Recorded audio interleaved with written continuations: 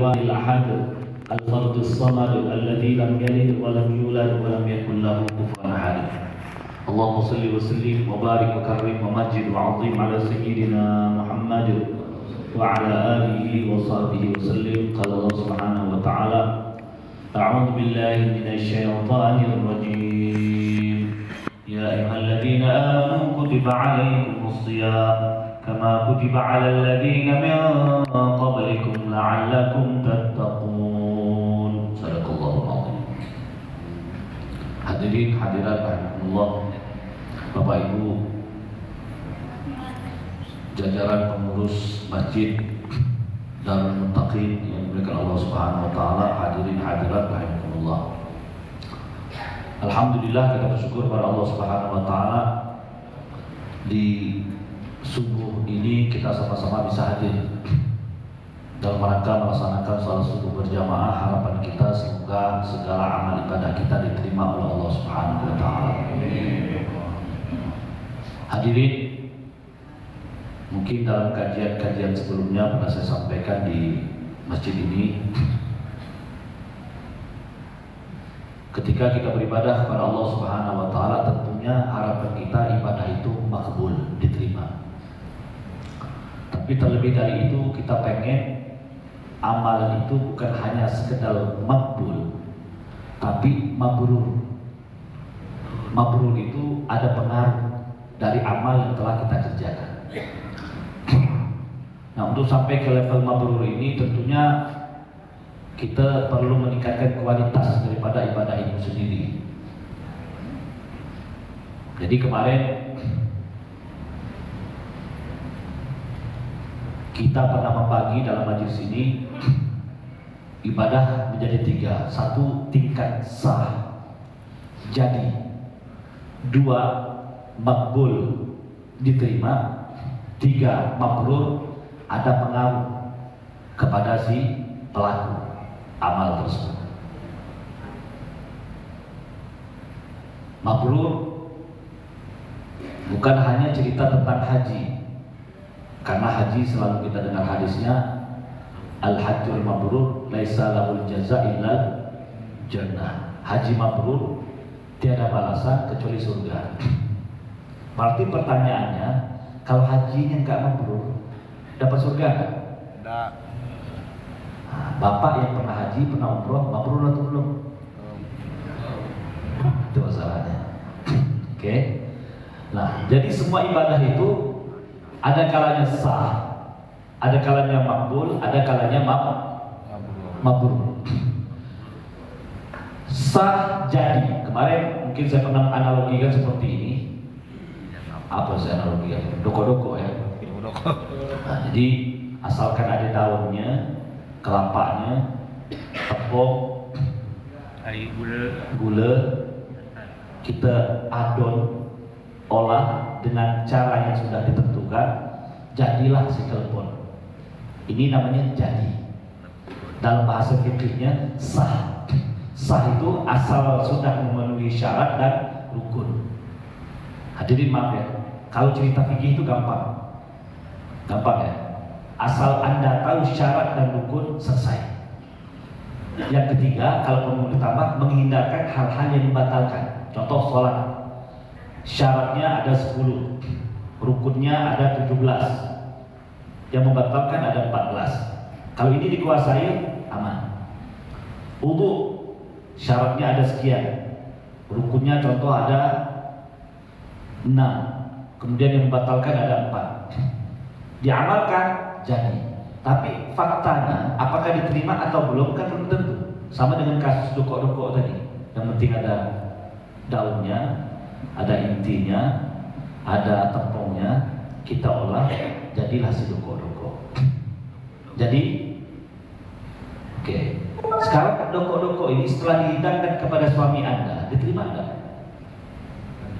Ya belum tentu. Aman enggak diterima kan? Depan waktu kita hidangkan depan doko-doko, pas dirasa, lah dek kau pikir lepas biar lah. Doko-doko ini nampaknya bukan hidang kau lah. Hancur rasa perasaannya, udah buat payah-payah, jangan ada step sana sini, tak ada terima pula. Nah ini namanya jadi tapi tidak diterima. Sama dengan ibadah kita tadi. Subuh udah kita kerjakan. Syaratnya oke, menghadap kiblat. Syaratnya suci dari najis. Syaratnya suci dari hadas besar dan kecil. Syaratnya menutup aurat, udah kita kerjakan. Allahu Akbar, masuk ke sholat rukun. Dari takbiratul ihram sampai salat 17 rukun terlaksana semua. Dalam pelaksanaan kita tidak melakukan hal-hal yang membatalkan, tidak bergerak 3 kali berturut-turut, tidak berbicara, dan tidak melakukan hal-hal yang lain, tidak mau angin dan sebagainya. Jadi nggak sholat kita? Jadi. Apakah Allah terima? Belum tentu. Belum tentu. Hadirin, kalau kita hanya fokus di sini saja, nggak salah. Tapi harus naik level. Kita ini kan kalau ibu bikin hari ini rokok-rokok nggak diterima sama suami, yang ibu pikirkan apa? Nggak tidur malam. Apa yang salah dengan rokok-rokok aku ni ya? Betul? Besok mulai cari tanya sini. Abang aku tuh suami itu, kalau orang bikin rokok-rokok mau ya dimakan. Apalagi kalau tetangga. Ya. Tapi kalau aku yang bikin, dia bilang tak nyaman lah. Apa yang salah? Yang enak tuh bukan rokok-rokoknya, tetangganya. Maaf. Gurau-gurau ya. Ini contoh. Jadi apa yang salah? Akhirnya dia belajar sampai kan jadi PR tuh. Kita kalau ada sesuatu nggak diterima oleh pasangan kita dan sebagainya, itu jadi gundah dari kita. Akhirnya kita berupaya terus meningkatkan kualitas sehingga dimakan oleh suami. Ini baru rokok-rokok dia bilang. Bukan kita satu jari diangkat di 2 jari, artinya diterima. Nah begitu juga dengan salat kita. Yang tadinya kita mungkin belajar di level fikih, syarat rukun udah kita kerjakan, tidak mengerjakan hal-hal yang membatalkan, diterimalah ibadah kita. Tapi apabila sahlah, jadilah salat kita, apabila diterima, maka kita berupaya agar salat ini diterima. Makanya setelah salat itu Allah mengatakan dalam Al-Quran, فَإِذَا فَرَغْتَ فَانْصَبْ.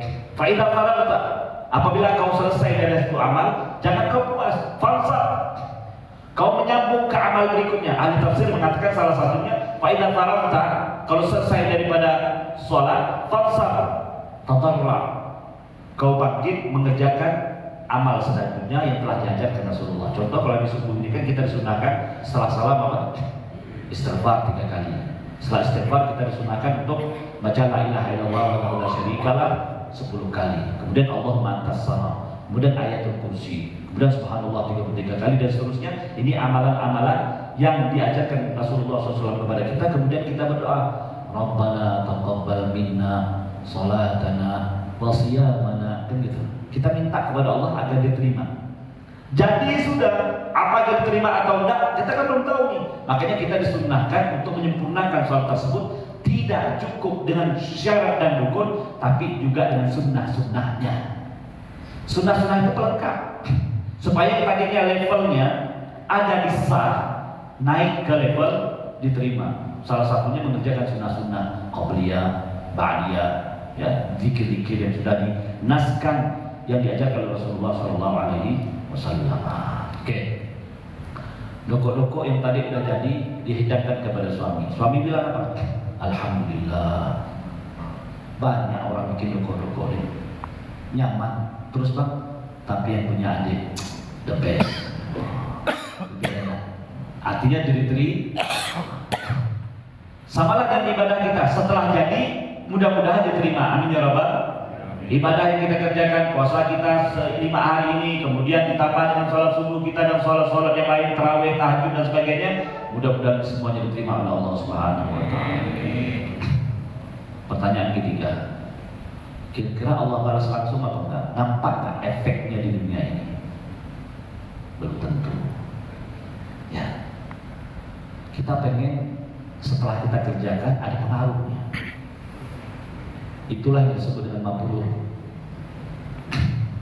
Ya, maka Kalau orang-orang dulu Pak, kalau haji itu betul-betul balik dari haji itu memang betul-betul jadi Pak Haji. Kalau sekarang nih maaf,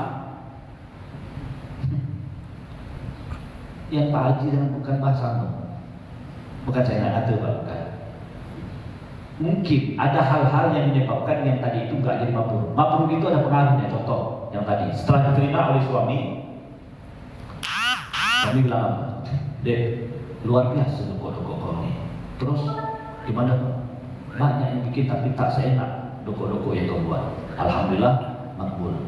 Kemudian apa kata suami? Terus Pak, biasa janji, belanja satu hari berapa dek? 200.000 Pak. Khusus hari ini abang naikkan 1 juta.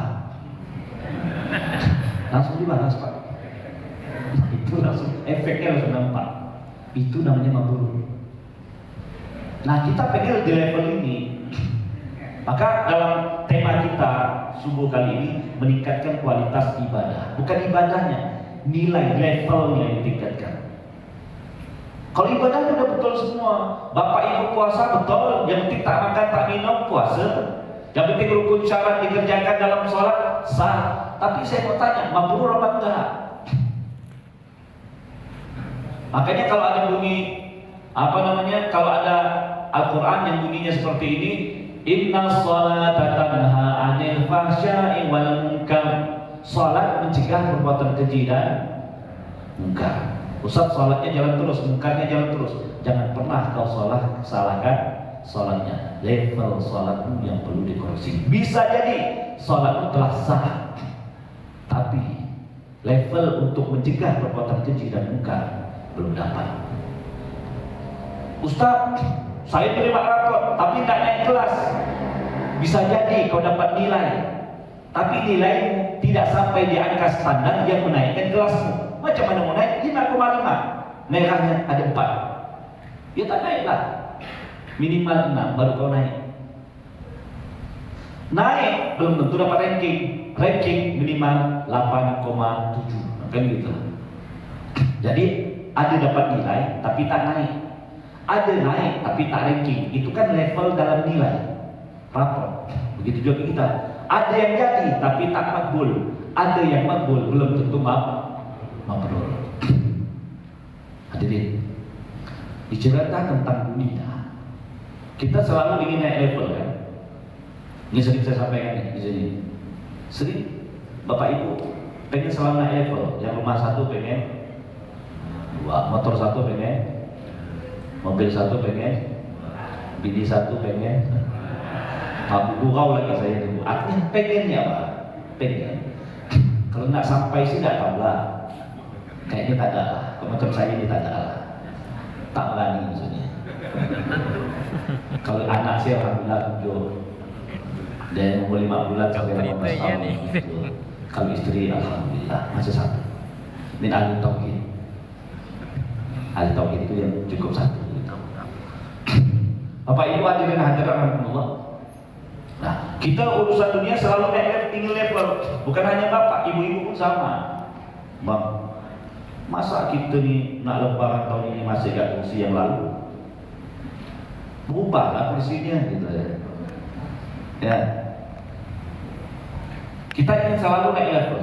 Tapi kita ketika umur bertambah, pengen level dunia bertambah, namun kita tak pernah berpikir bagaimana level ibadah kita bertambah. Mulai saat ini mari kita berpikir meningkatkan level ibadah.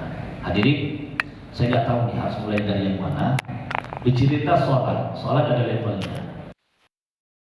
Puasa ada levelnya. Karena sekarang kebetulan di bulan suci Ramadan, saya mungkin nyinggung tentang puasa lah. Kemarin pernah juga saya sampaikan sebelum masuk Ramadan di majelis kita, saya katakan begini.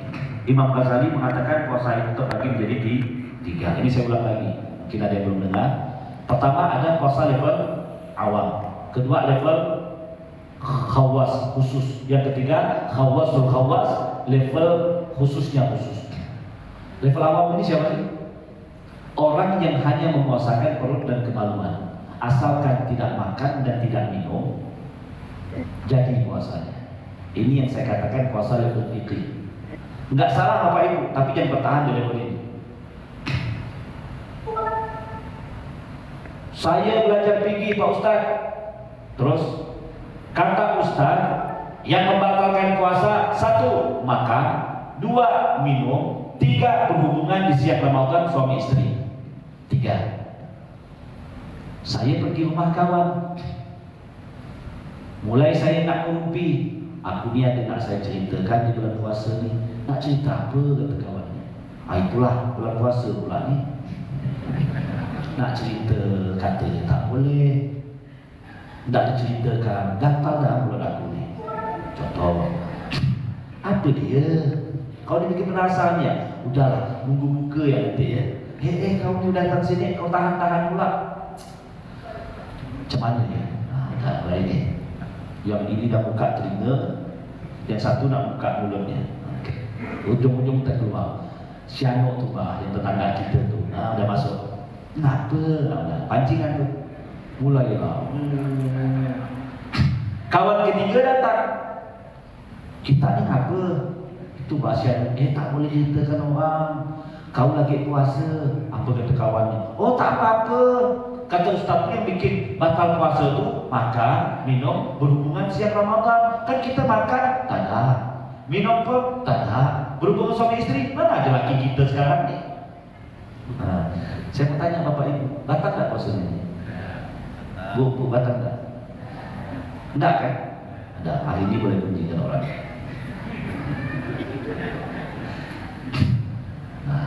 Kalau kita cerita level 1, yang saya bilang sah, tidak apa-apa sebenarnya, tidak batal puasa kita. Tapi kan kita pengen naik level supaya diterima kan? Diterima atau tidak puasa kita? Belum tentu. Ini yang tadi masalahnya nih. Kalau cerita terima dan tidaknya, yang penting kalau puasa itu, ibadah itu, rukunnya dijaga, syaratnya dijaga. Kan nggak ada dalam fikih mengatakan yang membatalkan puasa menggunjingkan orang, yang membatalkan puasa melihat jalan syahwat. Kan nggak ada. Yang ada makan, minum, berhubungan suami istri. Suami contohnya duduk di warung kopi, yang bening lewat, dia nampak mata ini. Belum gak kawan tu berkelebat pergi, matanya belum gak gede. Kawannya bilang, tak boleh kau puasa. Ya aku kan tak makan, tak minum. Batal gak puasanya? Bicara di level 1, dah. Yuk kita berangkat ke level 2. Kalau cerita level 2, batal gak? Batal. Artinya pahalanya gak dapat. Kalaupun dapat dikurangi. Secara fikih sah, tapi secara hakikat belum tentu. Artinya pahalanya berkurang. Karena kata Rasulullah SAW, khamsun yuftinus shaim, 5 yang membatalkan puasa. 1. Riba. 2. Bohong. Riba itu menguncikan orang. 3. Memfitnah. An-namimah, mengadu domba. 4. Bersumpah palsu. 5. Melihat dengan nafsu birahi, syahwat. Bapak yang jual kopi tadi batal nggak kira-kira dari berduanya? Batal. Ibu yang tadi kunjungan orang? Batal. Suami yang bohongkan istrinya? Nah ini yang bikin ibadah kita tak diterima. Kalau jadi diterima, tunggu dulu. Apalagi dibalas sama Allah, apalagi berpengaruh. Jadi masalahnya kalau sholat kita tidak ada pengaruh dalam kehidupan sehari-hari, puasa kita tidak berpengaruh, jangan pernah salahkan puasanya, tapi salahkan level dan kualitasnya. Anda masih berkutat di level 1, sholatnya di level 1, puasanya di level 1. Jadi Ustaz, lalu bagaimana supaya diterima? Kau harus main di level 2. Apa itu? Bukan hanya memuasakan perut dan kemaluan, makan dan minum beserta hubungan suami istri, tapi ada 5 anggota yang kau harus puasakan. 1 apa? Mulut. 2 mata. 3 telinga. 4 tangan. 5 kaki. Oke. Bisa puasakan ini Bu? Puasa mulut bisa? Bapak puasa mata bisa? Saya mau tanya bapak-bapak, ibu-ibu nih yang sering batal di antara 5 nih lewat mana? Mulut. Ibu-ibu kalau bapak dari mana? Mata. Tahu dah belah masing-masing. Nah itulah yang tadi itu, Ustaz saya ini puasa jalan terus, tapi kenapa tetap begini? Sholat jalan terus, kenapa tak buka jalan terus, hati tak tenang? Kau hanya bermain di level 1, mana gak bisa? Ya, jadi harus naik level. Yang ketiga, supaya bukan hanya diterima, tapi ada pengaruh. Pengaruhnya apa? Mencegah perbuatan keji dan munkar. Pengaruhnya apa? Memberikan ketenangan dalam jiwa. Pengaruhnya apa? Menghilangkan dari segala gundah. Pak, dengan ibadah yang kau lakukan itu bisa menghilangkan masalah. Benar Pak Ustaz? Iya, betul ini. Karena Allah yang bilang, jika kau punya masalah, oke, 2 yang kau lakukan. Apa itu? Pak, punya masalah? Ibu punya masalah? Ada masalah di hutang-hutang, kredit belum selesai, antara usia dan kredit kayaknya sepanjang kreditnya ada pada usianya. Halo? Ada masalah dengan rumah tangganya? Ada masalah dengan anaknya? Ada masalah dengan tetangganya? 2 yang kau lakukan bisa menyelesaikan dari masalah. Ini sarana yang menyelesaikan masalah Allah, tapi segala satu harus dengan ikhtiar. Wasta'inu bis-sabri was-shalah. Minta tolong kepada Allah dengan sarana sabar dan sholat. Maka sholat itu bisa menjadi solusi dari masalah. Kemudian sabar itu juga solusi dari masalah. Dan para ulama mengatakan yang dimaksud dengan sabar di sini yang lebih spesifik adalah puasa. Karena tiada ibadah yang paling menuntut dalam kesabaran seperti puasa. Artinya minta tolong kepada Allah jika kau punya masalah dengan sarana yang namanya puasa dan sholat. Ustaz, saya sholat jalan terus, puasanya jalan terus, tapi masalah silih berganti. Kau tak akan sampai ke level ini menghilangkan masalah kecuali kau bermain di level 3. Apa itu? Level apa? Level 3 tadi? Mabrur. Oke? Bukan hanya makbul Pak, gak cukup, harus mabrur, kata ulama. Yang mabrur ini kan yang bisa insya Allah menghilangkan dari segala masalah. Oke. Apa itu level mabrur? Kalau dalam puasa, dalam sholat lain, dalam puasa lain. Dalam puasa itu tidak cukup menguasakan 7 anggota. Pertama apa? Tadi yang level 1, perut dan kemaluan. Untuk yang level 2-nya menguasakan mulut, mata, telinga, tangan, kaki. Ini yang level 3. Dihafalkan Bu yang ini. Saya mau setiap hari itu. Batal tak masa saya. Oh, kalau level 1 enggak, level 2 batal pula. Level 2-nya tidak batal, level 3-nya batal pula yang level 3-nya. Apa yang level 3 itu? Memuasakan pikiran dan hati. Pikiran tidak ada pikiran kotor, suudzon baik kepada Allah atau sesama manusia. Tidak ada melanjut, ngeramun, jorok, mikirkan hal-hal yang tidak betul. Masih ada Pak? Bahaya nih nggak tidur. Kok cerita tadi kok tak ngayal tak bisa tidur Pak Ustaz? Ada yang ngomong gitu. Bulan puasa gini. Astagfirullahaladzim. Oke. Hati.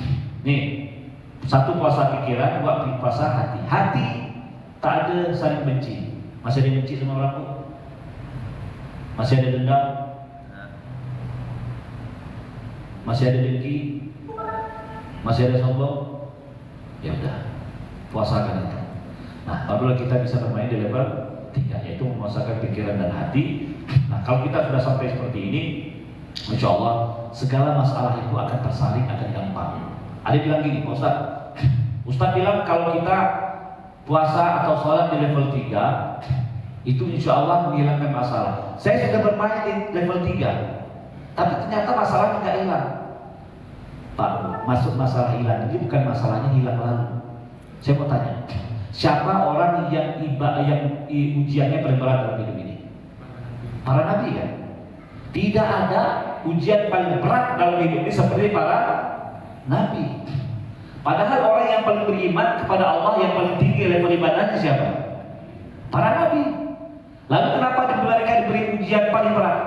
Karena Allah tahu mereka itu bisa menampung masalah. Jadi ternyata dengan kita bermain level, termasuk level 3 dan sebagainya, sebenarnya bukan menghilangkan masalah, tapi mampu menampung masalah seakan-akan tidak bermasalah. Oh, hari ini puasa ya. Kalau di gelas ini enak. Saya analogikan dengan gelas. Satu cangkir. Kalau ibu ambil satu sendok garam, kita aduk rasanya apa? Asin.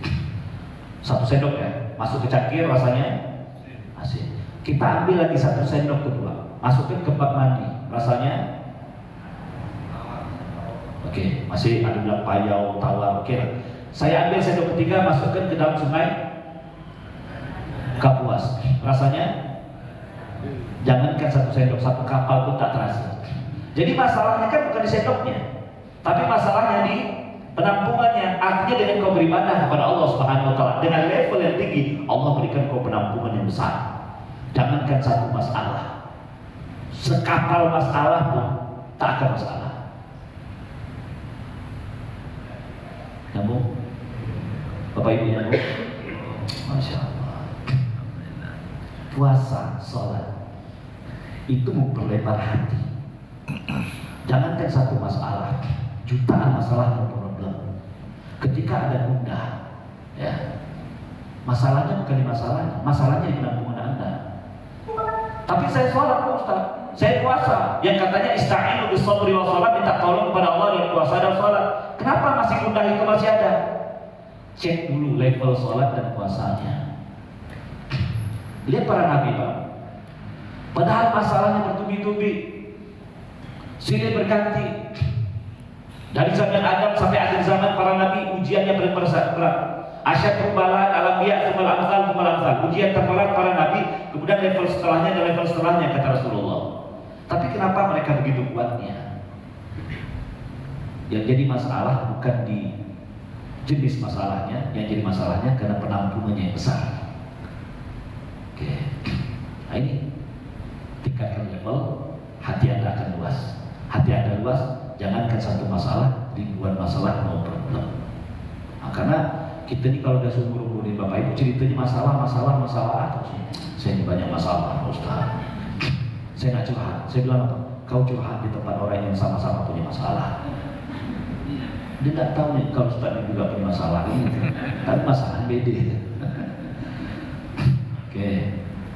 Penutup hadirin, ada satu lagi saya khusus membahas tentang puasa yang bisa meningkatkan level puasa kita, yaitu muamalah sesama manusia diperbaiki. Kita sering alpa di aspek yang ini Bapak Ibu. Kemarin saya pernah sampaikan seperti ini.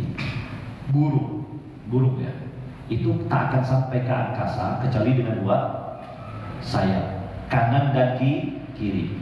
Kalau sayap kanannya oke, kirinya patah, bisa nggak terbang? Hah? Bisa tapi oleng ya, tapi nggak akan sampai. Sebaliknya, kirinya oke, kanannya patah, sampai nggak?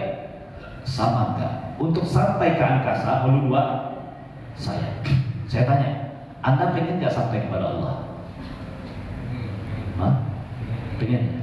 Berarti perlu dua sayap, kanan dan kiri. Kira-kira sayap kanannya apa sih? Hubungan baik Anda dengan Allah. Sholat, puasa, tahajud, duha, baca Quran. Sayap kirinya hubungan Anda dengan sesama manusia. Nggak ada dendam, nggak ada dengki, nggak ada sombong, nggak ada benci. Kira-kira yang sering patah sayap sebelah mana? Kiri. Kanan atau kiri? Allah. Makanya kita tak pernah sampai. Cukup satu Ramadan saya katakan nyampaikan kita kepada Allah. Yang bikin gagal salah satu sayap kita ada yang patah. Kayaknya banyak yang patah nih di sayap kiri. Tahajudnya rajin, berjamaah setiap hari, zikir setiap hari, tadarusan setiap hari, duha nggak pernah tinggal. Pak Ustaz, kenapa belum tenang hati saya? Karena Allah mengatakan aqimus sholata li dzikri. Dirikan salat untuk mengingat aku. Ala bi dzikrillah tatmainnul qulub. Dengan mengingat Allah menenangkan jiwa. Kenapa saya tak tenang-tenang Pak Ustaz? Saya tanya, kau dengan tetangga benci tak? Itulah tetangga saya Pak Ustaz. Kalau bisa pindah saya dari sini. Payah. Ngapa pula? Itulah Pak Ustaz, setiap hari beli bahan baru terus. Hari ini beli kulkas, besoknya nanti beli TV baru. Masih ada yang benci dengan tetangga? Masih ada yang dendam? Masih ada yang dengki? Sayap kirinya patah. Nah, ini diperbaiki ya. Hadirin sebagai penutup. Di pekan-pekan terakhir sebelum Ramadan, saya selalu menekankan sayap kiri. Ini saya analogikan dengan sayap kiri ya. Saya bilang sama keluarga saya dalam pidato ceramah kita ya, yang benci tolong diredakan, dipadamkan. Yang dendam dihilangkan. Yang ada masalah yuk saling minta maaf. Kenapa? Karena kita nak masuk Ramadan. Makanya saya kan sering tuh kalau nak masuk Ramadan mohon maaf dan batin kan gitu. Mohon maaf dan batin itu kalau bisa Pak jangan nunggu Idul Fitri ya sekarang ini. Kita pengen memperbaiki sayap kirinya. Kenapa begini? Orang kalau hubungan dengan manusianya bagus, perhatikan ini, penting ya. Kalau hubungan dengan sesama manusianya bagus, selalu senyum, nggak mudah tersinggung, penyabar, mudah memaafkan. Biasanya orangnya ikhlas, ikhlasnya tinggi. Kalau ikhlasnya tinggi, jangankan beribadah yang banyak, beribadah 2 rakaat pun akan diterima oleh Allah. Apalagi kalau sampai 10 rakaat.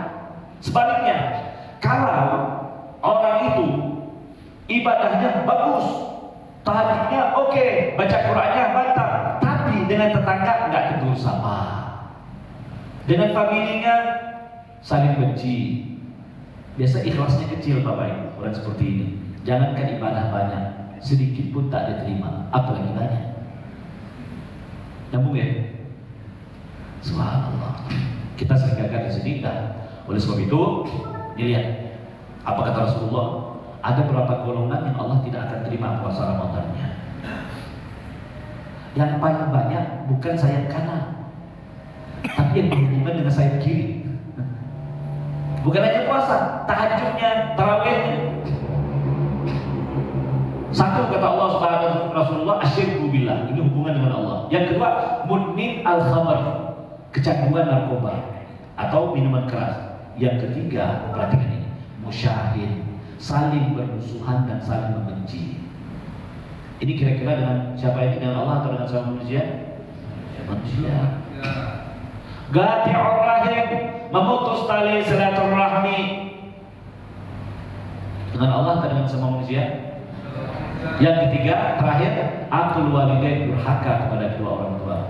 Allah dan manusia. Nah, tolong saya minta kepada kita semua, termasuk saya, perbaiki sisi yang sebelah ini.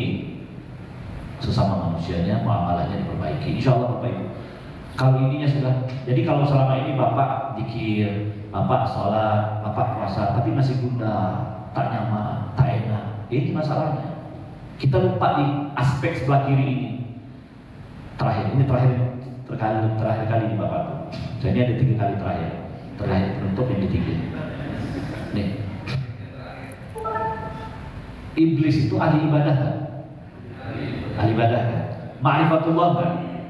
Ma'rifat. Dia tidak pernah ada yang ketemu dialog sama Allah seperti iblis Bapak Ibu. Tidak ada tempat sujud kali langit kecuali sujud depan Allah Subhanahu Wa Taala.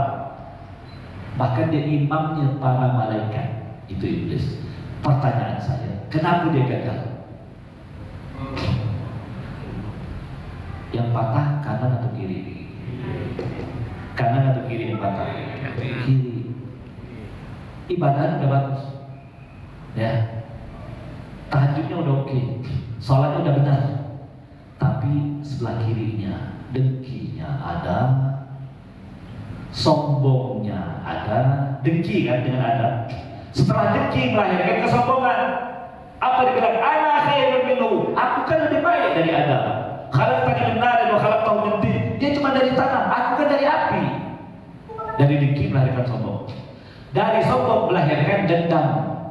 Ya Rabb, kau usir aku dari surga. Tak jadi masalah. La'amiyannahum ajma'in. Karena sebab mereka Adam dan keturunannya akan kusesatkan mereka semuanya. Akan kudatangi dari arah depan, dari arah belakang, kanan dan kiri. Wala tajidu aktsarahum syakirin. Sedikit kau dapat mereka pandai bersyukur. Dendam sampai hari kiamat. Kan kejar dia. Sampai kapan? Sampai dia akan mengeluarkan napas terakhirnya, sekaratul maut. Maka iblis menggoda manusia di luar sana. Kecil itu. Di dalam sholat lebih besar, tapi lebih besar daripada di sholat ketika manusia sakaratul maut. Makanya kita disunahkan untuk ditalkinkan orang nak mati, karena setan paling banyak menggoda manusia. Apa sebabnya itu? Karena penyakit dan dendam, benci, bengis. Pak, masih ada dendam? Kau ahli sholat, kau imam masjid, kau pengurus masjid, dendam. Apa beda dengan iblis? Halo, saya kanannya oke, saya kirinya patah, gagal. Aduh, saya demi Allah Bapak Ibu, saya kalau cerita efek yang ini, aspek yang pusing pula saya. Karena saya termasuk gagal di sini. Kalau istri saya mengatakan dia sendiri, Pak, inilah tetangga kita, keluarga kita. Udah deh. Kau nih, yang inilah kata saya gagal. Udah. Ini saya tidak tahu Bapak Ibu nih. Kalau sini insya Allah tidak joget dulu. Nah, ternyata nih ya, kuncinya. Setan itu dia tidak menggoda manusia lewat sisi ibadah. Dia menggoda manusia lewat sisi ibadah itu untuk di langkah pertama saja. Digodanya manusia yang tidak tahajud. Ini level kecil. Digodanya manusia untuk tidak sholat, kecil. Tapi kalau ini nggak berhasil, dia main di level tinggi. Sholatnya bagus, puasanya bagus, tahajudnya oke, tadarusannya oke. Kalau dia gagal di sini, digodanya manusia dalam efek muamalahnya. Apa kata Allah?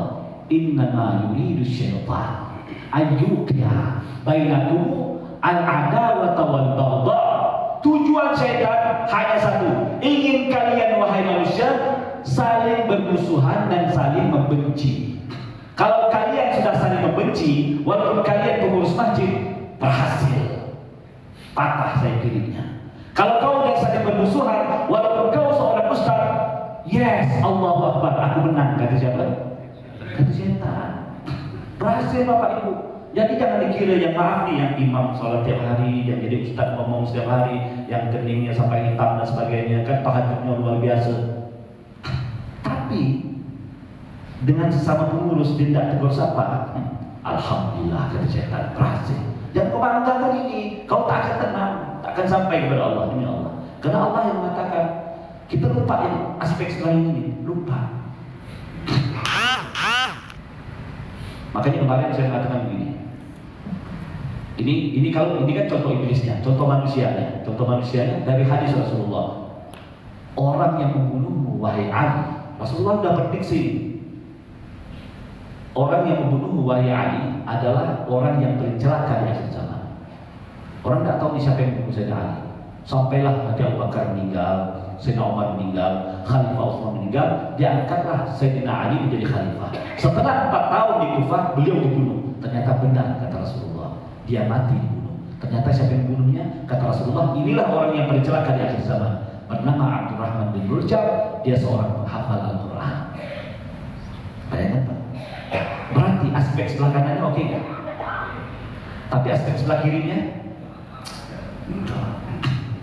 maka kau jangan pernah bangga dengan tahajudmu. Kalau kau dengan tetangga kau tak peduli.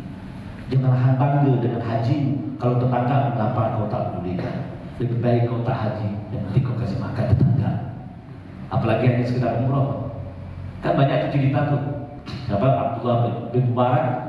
Oh banyak ceritanya. Nanti perlu 10 menit lagi. Saya tutup sampai sini aja. Bapak Ibu hadirin hadirat Allah. Mudah-mudahan aspek yang sebelah ini bisa kita perbaiki. masih ada. Melihat orang senang, susah. Melihat orang susah, hasil yang kamu. Penyakit sombongnya masih ada, menganggap remeh orang lain. Menang-menang setelah ini, oh boleh pelaku sih lebih bagus dari dia, sombong itu.